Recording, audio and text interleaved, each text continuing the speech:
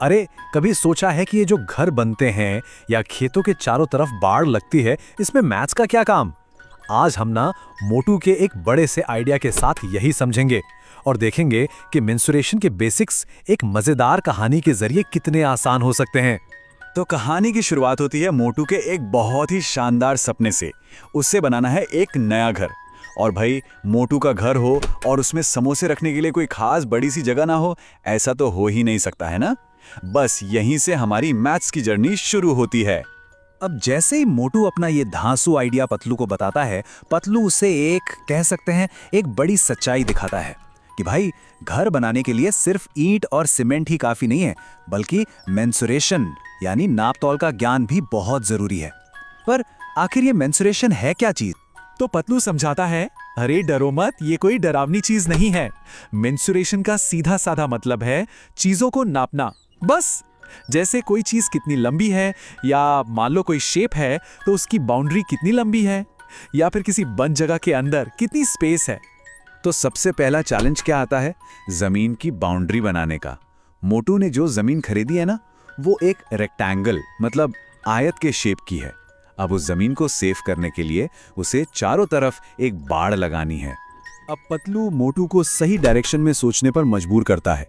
वो एक सवाल पूछता है कि भाई, बाड़ लगाने के लिए जमीन की किस चीज को नापना पड़ेगा?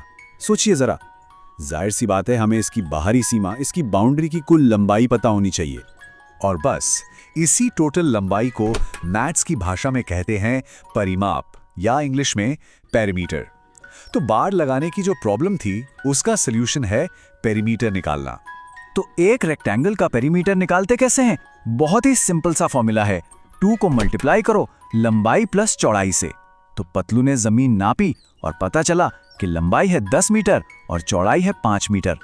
तो जब हम इन नंबर्स को फॉर्मूले में डालते हैं तो जवाब क्या आता है? 30 मीटर। इसका मतलब ये हुआ कि मोटू को ठीक 30 मीटर लंबी बाड़ चाहिए होगी। लीजिए, पहली प्रॉब्लम तो सॉल्व हो गई। चलो, बाड़ का काम तो हो गया, जमीन अब सेफ है। लेकिन घर के अंदर की जगह का क्या? मोटू का जो सबसे जरूरी सवाल है, वो तो अब आने वाला है। और ये रहा वो सवाल। मोटू को जानना है कि उसके नए घर में समोसे रखने के लिए या फिर एक बढ़िया सी समोसा पार्टी करने के लिए टोटल कितनी जगह होगी। तो इस सवाल का जवाब हमें मिलता है एरिया यानी क्षेत्रफल से। एरिया का सीधा सा मतलब है किसी भी बंद शेप के अंदर की कुल जगह। तो चलिए फटाफट देखते हैं कि मोटू की जमीन का एरिया आखिर है कितना। आयत का एरिया निकालना तो और भी आसान है। इसका फॉर्मूला है लंबाई गुणा चौड़ाई। बस जैसा कि हम जानते ही हैं, जमीन की लंबाई है 10 मीटर और चौड़ाई है 5 मीटर। तो 10 को 5 से गुणा करने पर जवाब आता है 50 वर्ग मीटर। अरे वाह, मतलब मोटू के पास अपने समोसा पार्टियों के लिए पूरी 50 स्क्वायर मीटर की जगह होगी। ये तो बहुत बढ़िया है। अच्छा, यहां पर एक छोटा सा कंपैरिजन देख लेते हैं। रेक्टेंगल और स्क्वायर में बस एक ही फर्क है कि स्क्वायर की चारों साइड्स बराबर होती हैं, इसीलिए उसके फॉर्मूले थोड़े से अलग हो जाते हैं। पेरीमीटर के लिए 4 गुणा साइड और एरिया के लिए साइड गुणा साइड। सिंपल। अब एक बहुत ही जरूरी बात, हमने अभी मीटर और वर्ग मीटर यानी स्क्वायर मीटर का इस्तेमाल किया। इन दोनों में फर्क क्या है? चलिए इस यूनिट्स के खेल को भी जरा समझ लेते हैं। देखिए, जब हम सिर्फ लंबाई नापते हैं, जैसे बाड़ कितनी लंबी है, तो हम मीटर या सेंटीमीटर यूज करते हैं। ये एक सीधी लाइन है। लेकिन जब हम अंदर की जगह यानी एरिया नापते हैं, तो हम स्क्वायर मीटर या स्क्वायर सेंटीमीटर यूज करते हैं। क्यों? क्योंकि एरिया में लंबाई और चौड़ाई दोनों डायमेंशन मतलब 2 आयाम शामिल होते हैं। और बस यही बात मोटू को भी क्लिक कर गई। उसे समझ आ गया कि एरिया के साथ स्क्वायर या वर्ग क्यों लगता है, क्योंकि ये 2 डायमेंशंस को नाप रहा है, लंबाई भी और चौड़ाई भी।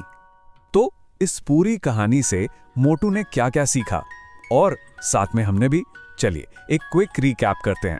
तो इस छोटी सी कहानी से हमें क्या क्या पता चला? 1. मेंसुरेशन क्या है। 2. पेरीमीटर का मतलब है बाउंड्री की लंबाई। 3. एरिया का मतलब है अंदर की जगह। हमने रेक्टेंगल और स्क्वायर के फॉर्मूले भी देखे और एम स्क्वायर के बीच का फर्क भी समझा। और सबसे बड़ी बात ये देखा कि ये सब असल जिंदगी में कहाँ काम आता है, जैसे घर बनाने में या बाड़ लगाने में। पतलू ने जो बात कही वो बिल्कुल सही है। मैथ सिर्फ फॉर्मूलों का खेल नहीं है, ये असल में हमारी दुनिया को, हमारे आसपास की जगह को बेहतर तरीके से समझने का एक जरिया है, एक टूल है। और आखिर में मोटू की ये हमें एक बड़ी सीख देती है कि जब हम मैथ्स को अपनी जिंदगी से जोड़कर देखते हैं ना, तो वो मुश्किल नहीं लगती, बल्कि एक मजेदार पहेली बन जाती है।